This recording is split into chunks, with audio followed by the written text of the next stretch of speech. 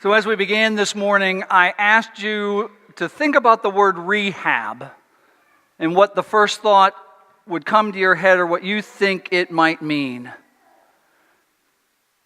And if you were just to skim any article about rehabilitation or rehab, you would see that it would point to issues ranging from health to wildlife, addiction, physical rehab, emotional, vocational, even the rehabs of our homes. In general, the word rehabilitate means to restore to a good health, or restore to ability to work, or to restore to a good condition. Rehab can also mean to restore a person's good reputation. Now, as Sherry mentioned, we are starting a season of Lent, and Lent is the 40 days prior to Easter, and it gets its name from the same root word of our word length, to lengthen, because the days are getting longer. Historically, Lent was a time when new converts to the Christian faith would prepare themselves to join the church, be baptized, and receive communion for the first time. But now as Christians, Lent is a time for us to seek restoration in our lives. It's a time for us to reflect and to take stock of our spiritual condition.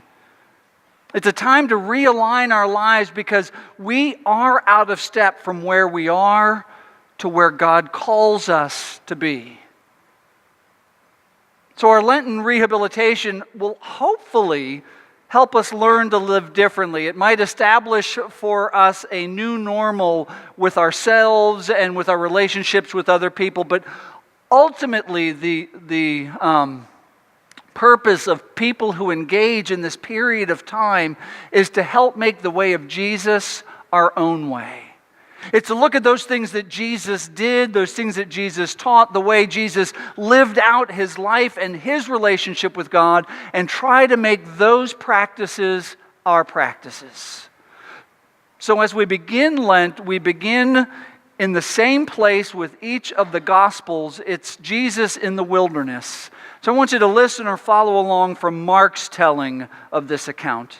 And Mark writes, "In those days, Jesus came from Nazareth of Galilee and was baptized by John in the Jordan. And just as he was coming up out of the water, he saw the heavens torn apart and the Spirit descending like a dove on him. And a voice came from heaven, 'You are my Son, the beloved. With you I am well pleased.' And the Spirit immediately drove him out into the wilderness. He was in the wilderness for 40 days, tempted by Satan, and he was with the wild beasts. And the angels waited on him." What I like about the gospel writer Mark is he doesn't waste any time. He doesn't give us a lot of additional details. These are actually just the first 11 verses of his book. And in those first 11 verses, Mark quickly gets us into the story of Jesus. And in these first 11 verses, Mark introduces us to three different scenes in Jesus' life. The first scene was Jesus being baptized and coming up out of the water, and the Spirit coming down on him and saying to him, "You are God's Son, the beloved." And the third scene is kind of the rest of the story of Jesus, where he comes out and he shares and teaches and heals people and draws the crowds around him.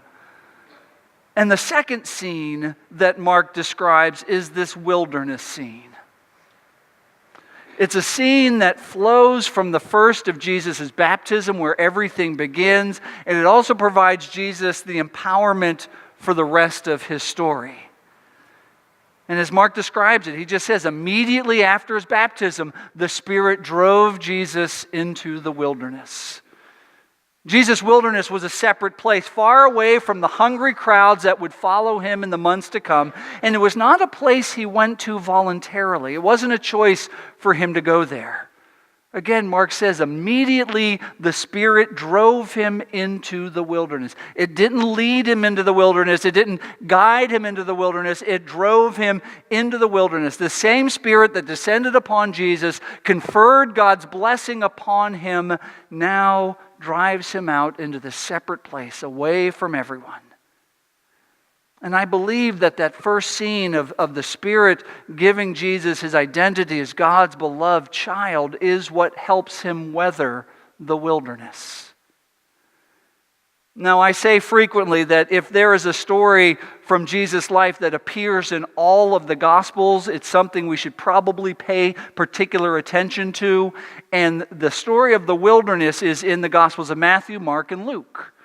Now, Matthew and Luke give a lot of details about Jesus' time in the wilderness. Mark doesn't have any time for that. He just wants to get to the heart of the story. He doesn't give a lot of details about Jesus' time in the wilderness. He just kind of lumps it all together. One sentence. He was there 40 days. He was tempted by the devil. The wild beasts were around him. The angels cared for him. That's it. Let's move on. See, for Mark, the importance is the wilderness. It's not necessarily what happens to Jesus in the wilderness. It's actually just the surroundings. That's what Mark's focusing on. And we're reminded as we hear this story is that wilderness is the threshold of all of our journeys.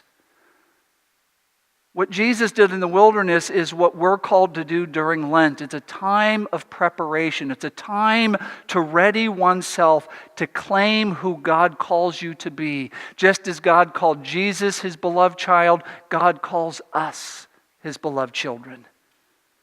And the only choice we have when confronted with the wilderness is to face it. But the reality is we don't face it alone. The Spirit that drove Jesus into the wilderness is present with Jesus as he faces the wilderness. Now, when I think about the word wilderness, my mind automatically goes to a place. Either a desert or an unsettled place or uncultivated land. The wilderness for me is where the wild things are. It's that place where there's no ready supply of food or fresh water. The wilderness is a desolate place. It's a place of desperation. But the wilderness also speaks to periods of our lives or states of mind when we find ourselves lost or unsettled, when we find ourselves wandering or discerning or tested by the circumstances of life. But ultimately, I believe the wilderness represents those times in our lives when we have to come face to face with our own brokenness. It's those times in our lives when we admit that we have fallen and we can't get up on our own. When we admit that we have lost our way. When we find ourselves facing trials and temptation. The wilderness are those times when we come face to face with evil or we've lost our ability to manage life on our own. I believe the wilderness helps us recognize that we need help. It helps us recognize that we're in need of a Savior. Now, for some, the wilderness is a temporary condition. For others, wilderness is the status quo of their entire lives. But whether the wilderness is something that's temporary or permanent, we experience it exactly the same. We experience it because none of us voluntarily go into the wilderness. None of us look for opportunities to struggle. We don't choose hardships. These are things that just happen to us or things that are put upon us by our own choices or by the choices of other people in our lives. But we rarely want or actively seek these opportunities. But heading into the wilderness, whether it is voluntarily or whether it is imposed upon us, the first step of rehab, the first step of this journey towards reconciliation and healing and wholeness is to embrace the wilderness. It's a step we have to start in order to make and take the road to recovery. I remember, it seems like yesterday, but it was 20 years ago. I can't believe it. I did an internship as a chaplain at Sinai Hospital. And for 6 months, I was assigned to the cardiac floor. And 3 days a week, I went to the cardiac floor and I visited with patients. I watched as people went through catheterizations. I even had to scrub in on a surgery. They just let me watch. I didn't participate. And I remember when I would go through and I would visit people after they had a stent put in or open heart surgery, and we would talk about rehab, or particularly those who had been frequent flyers, as we like to call them. They said the hardest part of cardiac rehab was the change in lifestyle. that they just couldn't do what they could do before. They couldn't eat what they wanted to eat. They couldn't participate in the activities that used to bring them joy. And when you're in rehab, whatever rehab you may find yourselves in, there are things you can't do anymore. Cardiac patients can't do normal daily activities. Alcoholics can't go into bars. Drug addicts can't be around other users. Entering rehab necessarily involves a kind of radical departure from what you were used to doing, from your creature comforts, from your daily habits, from your new old way of being. It's departing from that and entering into something new. And if you're successful in rehab, the small changes that you make will become a part of a permanent lifestyle change. Now, I've been struggling this week whether to say something today, and I think I will. After Wednesday and the events going on in Broward County, Florida, I know some in our congregation have been touched by this personally. But I think as a country we are finding ourselves in a wilderness.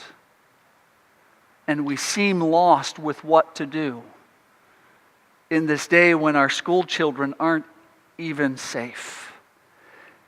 And whatever you think the answer is, whether you think it's more gun control, whether you think it's more mental health help, whether you think it's a combination of both, that's up to you. But I think we can agree that we need to get out of this wilderness. Something's got to be done. Inaction is not an option. Our leaders have failed us. But we can do something about it. We don't have to live in the wilderness anymore. So whether that's calling or writing, it's not up to me to decide for you. It's just up to me to say enough is enough. We don't have to live like this anymore. When we have to do active intruder drills in preschool, enough is enough. But the reality is, whatever wilderness in which we find ourselves, we do not find ourselves there alone. Mark tells us that Jesus has gone ahead of us. He understands how difficult it is to take those steps.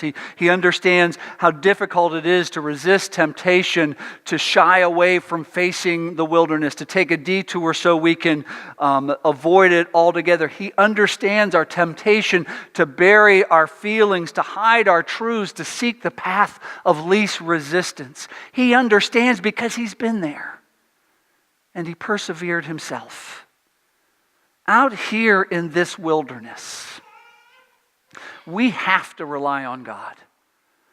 But more importantly, if you look around, we have to rely on one another who accompanies us on this journey. We have to relearn what it means to survive and what it means to thrive along the way.